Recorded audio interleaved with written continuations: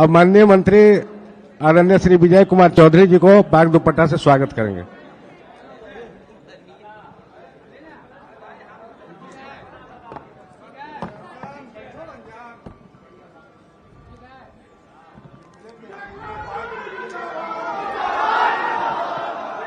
अब श्रीमती अंजू महाराज जी से अनुरोध है कि माननीय मंत्री श्री संजय झा जी को पाक दुपट्टा से स्वागत करेंगे।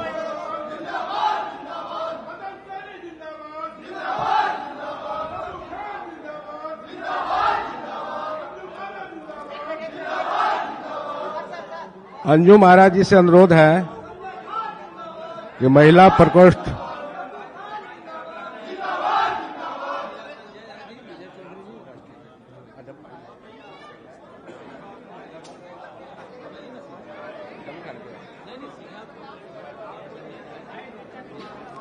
इस मिलन समारोह के अवसर पर मंच पर आसीन जनता दल यूनाइटेड के राष्ट्रीय अध्यक्ष माननीय श्री राजीव रंजन ललन सिंह जी, माननीय मंत्री श्री संजय झा जी, माननीय मंत्री श्री मदन सहनी जी, माननीय मंत्री श्री विजय चौधरी जी, मंच पर उपस्थित तमाम नेतागण एवं मिलन समारोह में मौजूद सम्मानित साथियों, आज मुझे बहुत खुशी हो रही है। मैं जनता दल यूनाइटेड में शामिल हो रही हूं। इसकी एकमात्र वजह जन जन के नेता यशस्वी मुख्यमंत्री बिहार माननीय श्री नीतीश कुमार जी हैं। माननीय नीतीश कुमार जी ने महिलाओं को जो सम्मान देने का काम किया है वो अभूतपूर्व है। आज हर क्षेत्र में महिलाओं को भाग लेने का अवसर मिल रहा है। आज मैं दरभंगा की मेयर बनी हूं तो माननीय श्री नीतीश कुमार जी की देन है। उन्होंने स्थानीय निकाय चुनाव में महिलाओं के लिए आरक्षण की व्यवस्था की है तो मैं आज दरभंगा की मेयर बनी हूं।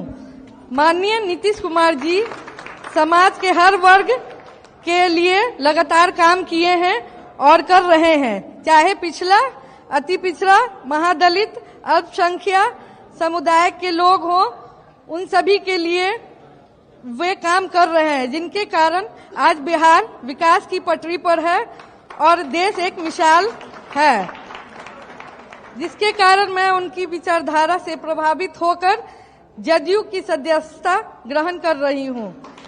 मैं पुनः पार्टी में शामिल कराने के लिए तमाम नेताओं को धन्यवाद देती हूं। माननीय मंत्री श्री विजय चौधरी जी, माननीय मंत्री श्री संजय झा जी, माननीय मंत्री श्री मदन सहनी जी और दरभंगा की मेयर श्रीमती अंजू महाराज जी, उनके पति तब्बू जी, महिला प्रकोष्ठ की अध्यक्षा, पूर्व अध्यक्षा अभी गठन नहीं हुआ है, श्वेता विश्वास जी, यहाँ उपस्थित पार्टी के सभी पदाधिकारीगण और श्रीमती अंजू महाराज जी के साथ आए आप सभी दरभंगा के साथियों, सबसे पहले हम आज जनता दल यूनाइटेड परिवार में श्रीमती अंजू महाराज जी का, उनके पति का और आप सभी जो दरभंगा से आए हैं, आप सभी का हृदय से आपका स्वागत करते हैं, आपका अभिनंदन करते हैं। आज अंजू महाराज जी ने ज्वाइन किया है पार्टी। हम आपको भरोसा और विश्वास दिलाते हैं पार्टी की तरफ से कि पार्टी के बड़ा नेता हो या छोटा नेता हो, सभी का पार्टी के साथी के रूप में सम्मान किया जाता है और आपका भी पूर्ण सम्मान इस पार्टी के अंदर आपको किया जाएगा, ये हम आपको भरोसा दिलाते हैं। और आज खुद अंजू महाराज जी ने आपको बताया कि उन्होंने वो आज जो मेयर बनी है दरभंगा की, ये नीतीश कुमार जी की सोच है और नीतीश कुमार जी का जो 2005 में मुख्यमंत्री बनने के तुरंत बाद जो उन्होंने न्याय के साथ विकास का नारा दिया था, वो उसी की का परिणाम है, उसी की परिणति है। नीतीश कुमार जी ने 2005 में कहा न्याय के साथ विकास। न्याय के साथ विकास का मतलब यही था कि समाज के हर तबके के साथ न्याय, और जो समाज में सबसे निचले पंक्ति में है उसके साथ विशेष प्रयास करके उसको समाज के मुख्य पंक्ति में लाया जाए। और इसी के तहत उन्होंने 2005 में वो मुख्यमंत्री बने। 2006 में उन्होंने पंचायती राज व्यवस्था में और 2007 में उन्होंने नगर निकाय में आरक्षण की व्यवस्था की। 50% महिलाओं की आबादी के हिसाब से 50% महिलाओं को आरक्षण उन्होंने दिया। 20% अति पिछड़े के आबादी के हिसाब से उन्होंने अति पिछड़ा को आरक्षण दिया।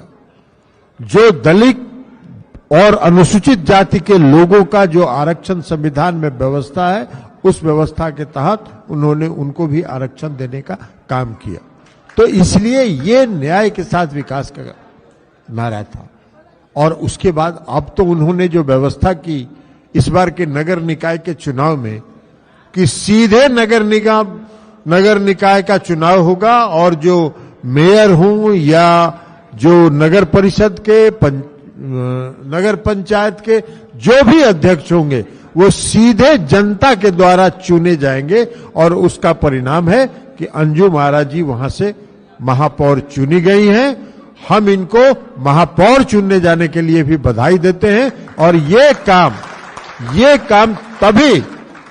काम तभी संभव है, जनता का सीधा वोट प्राप्त करके जीतने का काम तभी संभव है जब आप जनता के बीच में लोकप्रिय हो और जनता के बीच में आपकी पैठ हो। और ये साबित किया है महापौर के रूप में इनके निर्वाचन ने कि इनकी पैठ है।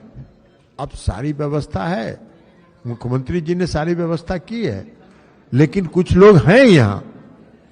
इस बार भी जो आप सबको मालूम है नगर निकाय का चुनाव हो रहा था, और नगर निकाय का चुनाव जब हो रहा था तो बीच चुनाव में कुछ लोग पर्दे के पीछे से खड़ा होके इस आरक्षण व्यवस्था के खिलाफ न्यायालय में लड़ाई लड़वाने का काम किया। उसका आरक्षण खत्म हो इसकी व्यवस्था में लोग लगे हुए थे। राजनीति करना हो, राजनीति जरूर करिए, राजनीति करिए तो राजनीति की तरह करिए। राजनीति का मतलब ये कदापि नहीं होता है कि आप समाज में जो सामाजिक न्याय के आधार पर मुख्यमंत्री जी ने जो हिस्सेदारी दी है उस हिस्सेदारी पर कुठाराघात करवाइए। लेकिन खैर ये नीतीश कुमार जी का राज है। उनका दृढ़ संकल्प था कि अगर नगर निकाय का चुनाव होगा तो आरक्षण व्यवस्था के साथ होगा। और कुछ लोग थे जब नगर निकाय का चुनाव स्थगित हो गया हाईकोर्ट के द्वारा तो बयान देना शुरू किए, लंबा चौड़ा बयान दे रहे थे। मुख्यमंत्री ने सही नहीं किया, नगर निकाय का चुनाव कर दिया। बताइए, इतने लोगों का पैसा लग गया, सब लोग चुनाव प्रचार कर लिए, सब लोग नॉमिनेशन कर दिए, इतना खर्चा हो गया, सब बर्बाद हो गया। और जब वही मुख्यमंत्री नीतीश कुमार जी ने उसी व्यवस्था पर जब चुनाव करवाया, उसी नामांकन पर जब चुनाव करवाया, तो अब कहने लगे कि फिर नामांकन नहीं करा रहे हैं, पुराने व्यवस्था से नामांकन करा रहे हैं। अरे क्या करते हो भैया। तो एक वो है यहां नेता एक पार्टी में जिनको बीमारी है, वो छात्र नेता थे 1974 के आंदोलन में। 1974 के आंदोलन में वो छात्र नेता थे। अभी भी 1974 से आज कितना साल हो गया? 26 और 23, 49 साल हो गया ना। 49 साल में भी वो छात्र नेता से आगे बढ़े नहीं किए। वो छात्र नेता है, रोज उनका आदत है, पहले से भी हम लोग जानते हैं उनको, हम लोग के साथ भी रहे, सहयोगी रहे, मित्र रहे हैं। वो अखबार रोज सुबह उठ के पढ़ते हैं। आज जिस दिन अखबार में उनका फोटो और वो बयान अगर नहीं छपा तो उस दिन भर उनको खाना नहीं पचता है। तो वो बयानवीर नेता है। और आजकल तो दूसरे कारण से बयान दे रहे हैं। आजकल बयान दे रहे हैं कि कहीं उनकी पार्टी के आका कहीं खुश हो गए, कुछ दे दिए, क्योंकि अभी उन पर खतरा मंडरा रहा है। लेकिन मुख्यमंत्री जी के भी मित्र रहे हैं, हम लोग के नेता के भी मित्र रहे हैं। हम लोग बराबर उनको शुभकामना देते रहते हैं कि आपको जितना बोलना है खिलाफ बोलते रहिए, कहीं बोलते बोलते कुछ अगर मिल गया आपको तो आपको हम लोग की शुभकामना है, जरूर आप कुछ बन जाइए।